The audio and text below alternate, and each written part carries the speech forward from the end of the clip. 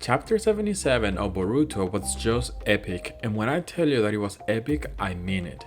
We finally got an introduction to what could be the potential transition into the much awaited time skip in Boruto, so let's dive into it.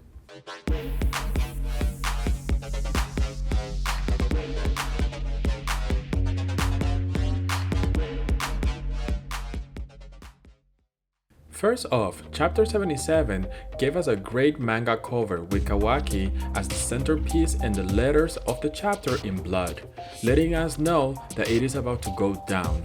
The chapter continues where the last chapter ended, in which Kawaki became aware of the presence of Momoshiki within Boruto. He confronts Boruto about it, which Boruto, interestingly enough, denies that Momoshiki is still within him. After a little back and forth with the rest of the team, and after Shikamaru reminds Kawaki of Naruto's face when Boruto died, Kawaki decides to go for a walk and just completely disappears off the radar by shrinking himself and erasing his chakra signature. Ada and Daemon decide to go for a walk as well and do some shopping time.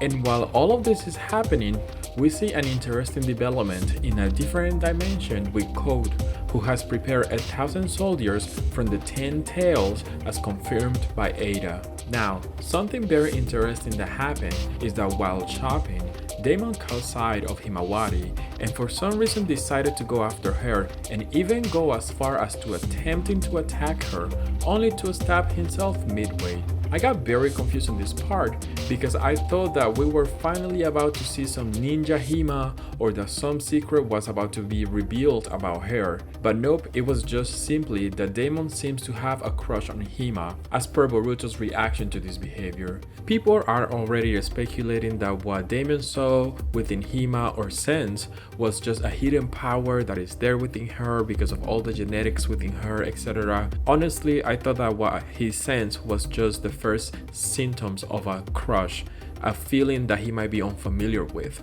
But that will be a discussion for another time. Let's get back on track. Now, while all of these events were happening everywhere, at the Uzumaki's house a much different story was developing. Turns out that this was Kawaki's destination when he decided to leave the rest of the team. And here is where the madness in chapter 77 begins.